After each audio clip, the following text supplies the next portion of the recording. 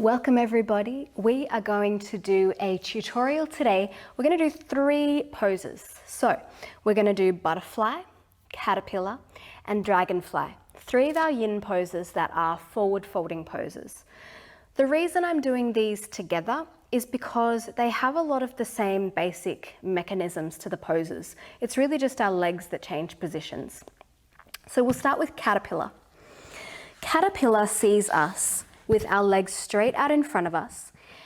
We fold forward, rounding our spine, and let ourselves drop. It's not quite as simple as that. So it's really important when we come into any of our forward folds that our pelvis is tilting forwards. Now what can happen is, if we're tight through the backs of the legs or tight through the lower back, we find this little posterior tilt of our pelvis, and it actually makes it almost impossible to really fold forward and do anything in this pose. It's also going to be putting a bit more strain on your lower back. To combat that, you can grab a block or a bolster or some pillows or blankets and bring the earth up to meet you to help your pelvis tilt forwards. To do that, you'll bring the block or whatever you have underneath you, you'll sit up on it. Give yourself as much height as you need. There is no right or wrong. It doesn't matter if you are up here. Give yourself the support you need to let yourself fold forward. Once you're on your support, we try and sit right on the edge so that our pelvis has space to kind of hang off and start tilting forwards a bit more easily. You can play around with this as much as you like to find that perfect spot for you, to notice the difference between tilting back and tilting forwards. So play with it in your body. Caterpillar, that's our basic pelvis hip positioning for these poses. Caterpillar has our legs straight out in front. I like to have my feet hip distance wide, but you can have your feet together, or you can take your feet to mat width distance as well. There's no right or wrong here. From there, we sit up tall, relax everything, breathe in, and then let yourself hinge at the hips first. And then we're really looking for this rounding through the upper back as you come into the pose. Now, if you're up here, that's fine, as long as you are finding a rounding. We're not looking to reach really far forward and grab our feet and pull ourselves into the pose. We just want to surrender and let ourselves drop in, making sure it feels appropriate for your lower back, there's no pain. If you have any disc problems in the lower back, folding forward might not feel really great for you. So that's just something to think about. Now, I will show you butterfly, which is our next folding forward pose that we're going to go through here. Same thing with the hips. We want the pelvis tilting forwards, not backwards. So give yourself the support that you need to do that. Butterfly sees us having the soles of the feet together, knees dropping open. We have a nice big diamond shape in front of us here.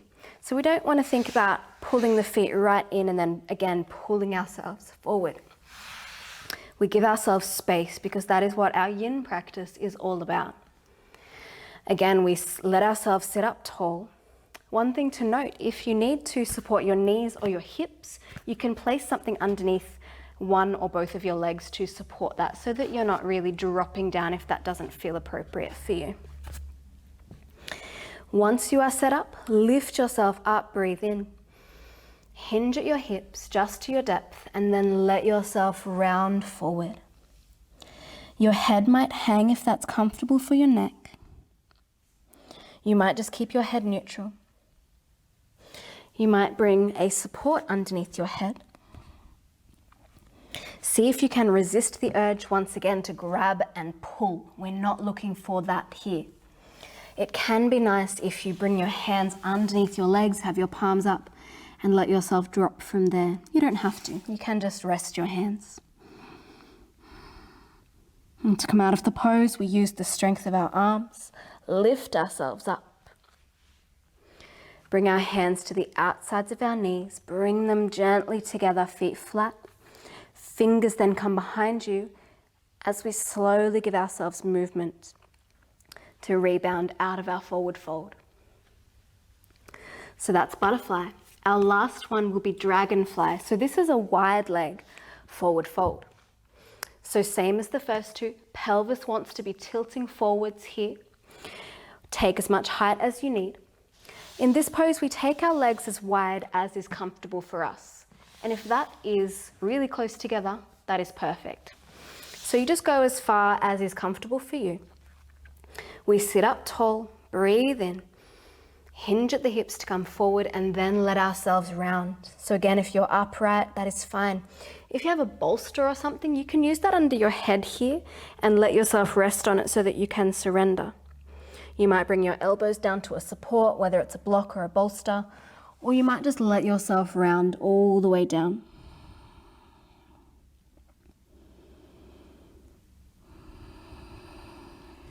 There is really no right or wrong. The only thing we're looking to avoid in our yin poses is pain. We're not looking to come so deep into a pose that we're going to injure ourselves. Like any yoga pose, that would be the opposite of what we're looking for. So we're just looking for passive stretches in our body in our yin practice. To come out of this pose, you'll use the strength of your hands to slowly peel yourself up. Your hands will then come to the outsides of your legs, and you'll use your arms to bend one knee at a time to come back to center. And then you can take your movement.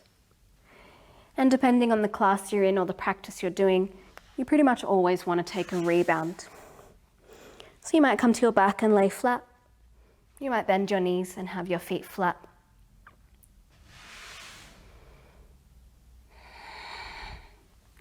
So that is our group of forward folds in our yin practice: butterfly, caterpillar, and dragonfly.